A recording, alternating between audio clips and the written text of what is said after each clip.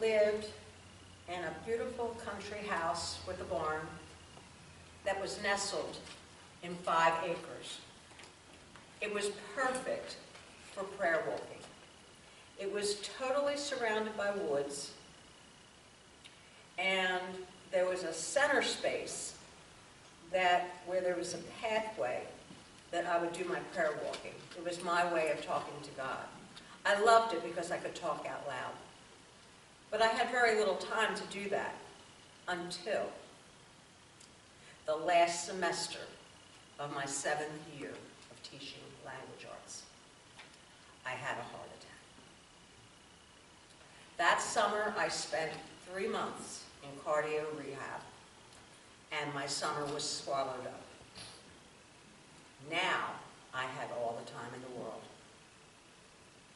It was a cool fall morning, and Rudy, my blue tick pointer rescue, which was my constant companion, and I went out for our daily prayer walk. And I was pondering my years of teaching, because I had 110 students each year. I loved the classroom. I loved my subject. I loved teaching.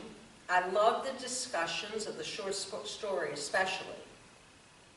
But the classroom management, I was organized, but not for the discipline. And year after year, my voice got louder and louder. And the classes became disruptive, and there was always a few that would ruin your day. And I was walking around and I'm thinking, Rudy, of course, thought I was talking to him, I'm sure, and loved it because he just stayed right with me, and he was an older dog, so he didn't run off. We walked together. And I looked up and I said to the Lord, did I make any difference in these kids' lives? It was never my intention to teach middle school anyway. In the middle of puberty, who would have thought? Even non-believers were praying for me. So, about a week went by, and I was astounded that I got an email from one of my students who found me on Facebook. Well, she asked me if I remembered her.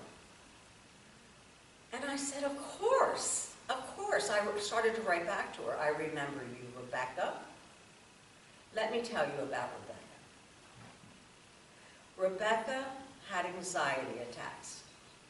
And she had a reputation throughout the school of melting down at any given time.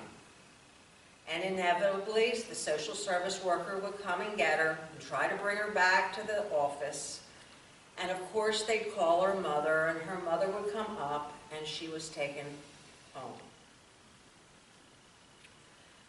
Well, I recall one cold morning, I was in my car, out in front of the school, ready to go in, when I heard Rebecca lying on the sidewalk. I saw her with the social worker trying to talk her into the school and having no success whatsoever.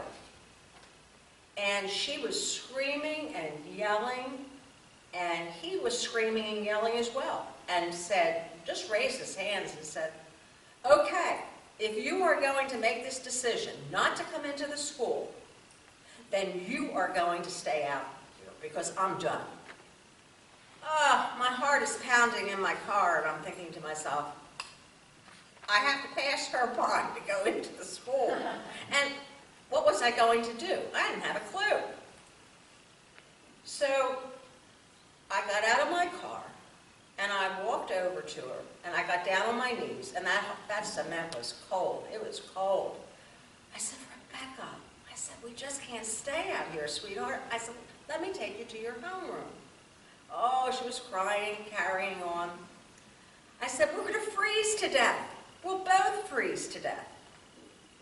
Well, I got this wild idea. I said, Rebecca, I said, would you like to wear my black high heels?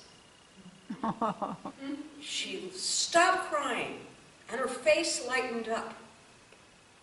She didn't say a word, but she quickly took off her bedroom slippers, which was her normal fare. Her mother had to dress her in the morning, and I'm sure it was a tug of war. By the time it got to the slippers, she gave up. She took off her bedroom slippers, quickly put them in her backpack. I took off my worn-out black high heels. She slipped her feet into them, and me in my stocking feet and her in those worn-out black high heels, arm in arm, went into the school. And I took her all the way to her homeroom. And of course, she's clobwalkering because her feet are too small for the shoes. We got a lot of heads turned that day, and it wasn't favorable because I was babying her, and to this kind of behavior, but to me, it worked. And I said she could keep the shoes. Back to the email. She said to me, "Remember the shoes?" I remembered the shoes. I remembered the story. She said, "Miss Christie, I wore those shoes until my feet would no longer fit into them." She said, "I keep them as one of my school treasures." And inevitably, there was always a high school teacher, probably social studies or English, that would ask the class to write about who influenced them the most during their school years. She would tell them Miss Christie, and would go on to describe the shoe story. Whoever thought that a pair of worn-out black high heels could matter? Well, it did to Rebecca. It did to Rebecca. And that day, I don't believe in coincidences. I really don't. My prayer was answered. And my soul and my heart were at peace. You never know how one act of kindness can change a person's life.